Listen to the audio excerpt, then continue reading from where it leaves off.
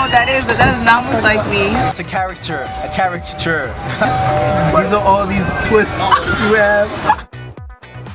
So Caleb and I met a couple years ago, around probably 2000s, as far as I can remember, and we knew each other in passing, and we saw each other at different events, but it wasn't until I was invited by her church to speak at a banquet that they were having, and it was kind of funny. She was doing a praise dance, and she was sitting next to me at the table where I was seated, and when she got up to go off and do the dance, a friend of ours, Daphne Ferdinand, she was actually sitting at the table right next to ours.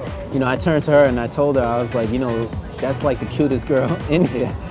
And she like turned into a complete car salesman. You know, she comes from a great family, she's going to a good school.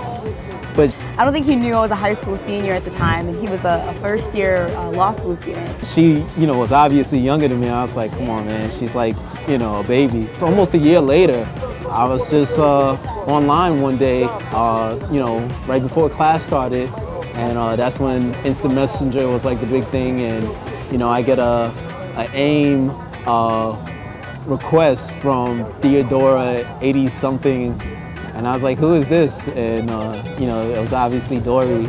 And around December 20th, 2007, he asked me out for our first date, and it was amazing.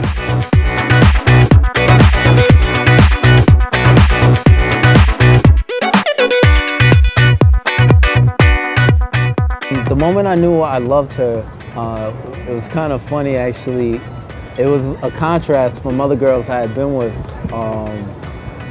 It was weird. Whenever I was in a relationship before, I just never saw it lasting. I always thought in the back of my head, like, you know, this is nice, you know, but you know, I wonder how this will end, or you know, I just never had that expectation that it would last.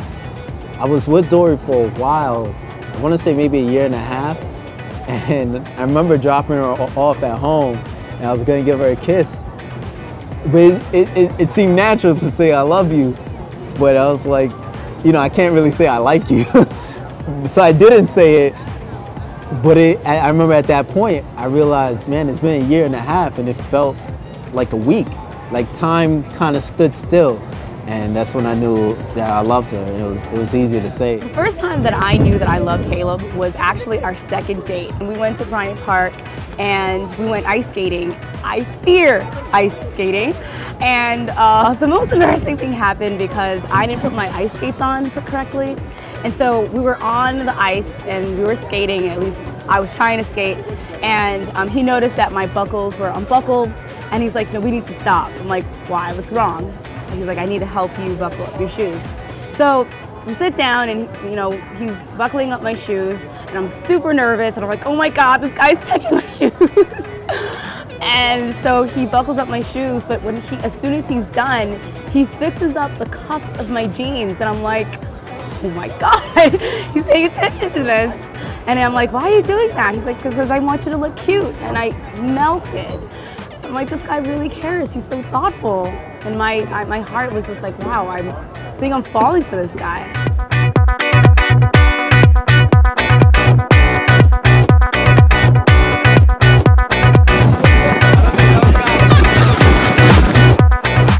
The couple that inspired me to want to be married was the Huxtables. I love that they always seem young together. They always seem having a good time.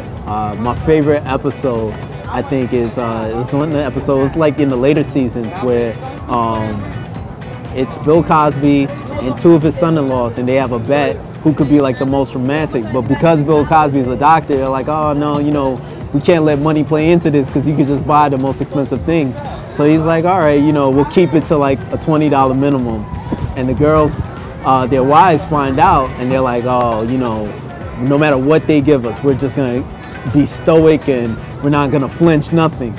And all of them go, Elvin goes, Denise's husband goes, and they're pretty smooth with their gifts. Dr. Huxtable goes,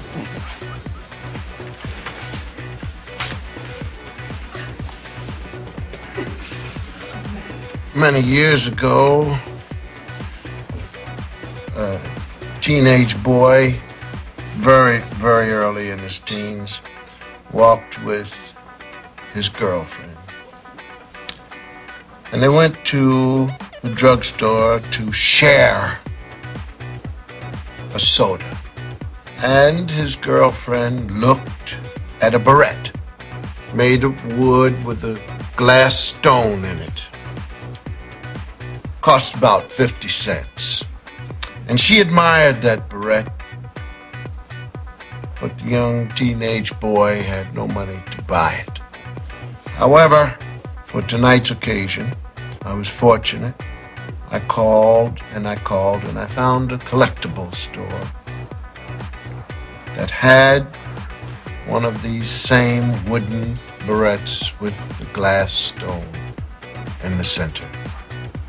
And so I feel that it's important for my bride who admired that barrette to open it and wear it tonight. You remember that?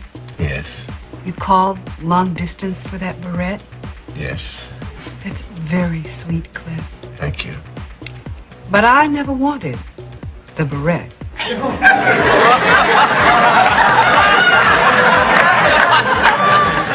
But you said when you looked in Eunice Chantilly wore that barrette, and I said it was tacky. What I wanted was a green plastic bracelet, Cliff, not that tacky barrette. This